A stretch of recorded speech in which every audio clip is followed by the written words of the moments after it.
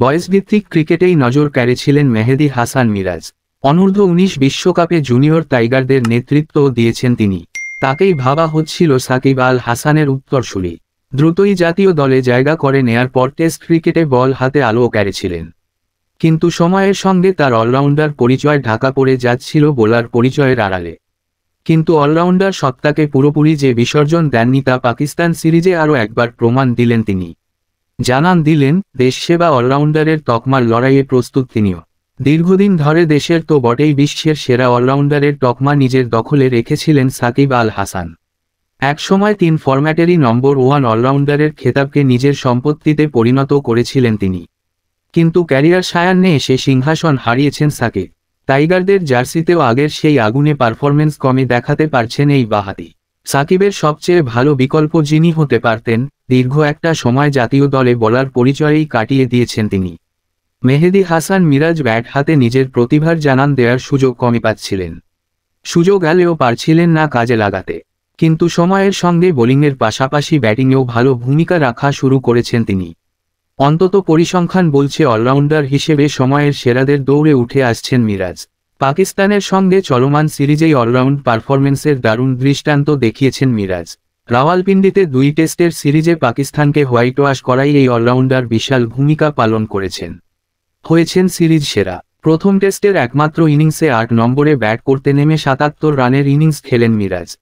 বল হাতেও প্রথম ইনিংসে 1 উইকেট ও দ্বিতীয় ইনিংসে 4 উইকেট শিকার করে পাকিস্তানকে ধসিয়ে দিতে বড় অবদান রাখেন। দ্বিতীয় টেস্টে ছাড়িয়ে গেছেন প্রথম টেস্টের পারফরম্যান্সকেও। প্রথম ইনিংসে বাংলাদেশ যখন 26 রানে 6 উইকেট হারিয়ে ধুঁকছিল, তখন ক্রিজে এসে লিটন দাসের সঙ্গে 164 রানের জুটি গড়ে দলকে বাঁচান। চাপের মধ্যেই খেলেন 78 রানের দুর্দান্ত এক ইনিংস। এর আগে বল হাতে 61 রানের বিনিময়ে শিকার করেন 5 উইকেট। সিরিজে 2 ইনিংসে 155 রান ও বল হাতে 10 উইকেট শিকার করা মিরাজকে সিরিজ সেরা বেছে নিতে দ্বিতীয়বার ভাবতে হয়নি। গত 4 বছরে মিরাজের পরিসংখ্যানগত উন্নতি হয়েছে দারুণভাবে। 2020 সালের 1 জানুয়ারির পর থেকে রাওয়ালপিন্ডি টেস্টের প্রথম ইনিংস পর্যন্ত 3 ফরম্যাট মিলিয়ে 94 ম্যাচ খেলে 2091 রান ও 162 উইকেট শিকার করেছেন। এই সময়ে বিশ্বের একমাত্র খেলোয়াড় হিসেবে 2000 রান ও 150 উইকেটের ডাবলস শুধু মিরাজেরই আছে। সাকিব আল হাসান এ সময়ে 2912 রান করলেও শিকার করেছেন 146 উইকেট। অন্যদিকে ভারতীয় অলরাউন্ডার রবীন্দ্র জাদেজা 2112 রানের পাশাপাশি শিকার করেছেন 141 উইকেট। মিরাজের ক্যারিয়ার গড় 22.56 হলেও এই সময়ে মিরাজ 23 টেস্টে 27.41 গড়ে 987 রান করেছেন। ক্যারিয়ারের একমাত্র সেঞ্চুরিটিও 103 এই সময়েই হাঁকিয়েছেন তিনি। বল হাতে এই সময়ে 32.29 গড়ে ক্যারিয়ার গড় 32.72, 84 উইকেট শিকার করেছেন মিরাজ। 3 বার নিয়েছেন ইনিংসে 5 উইকেট। ওয়ানডে ফরম্যাটেও আগের চেয়ে ভালো করছেন মিরাজ।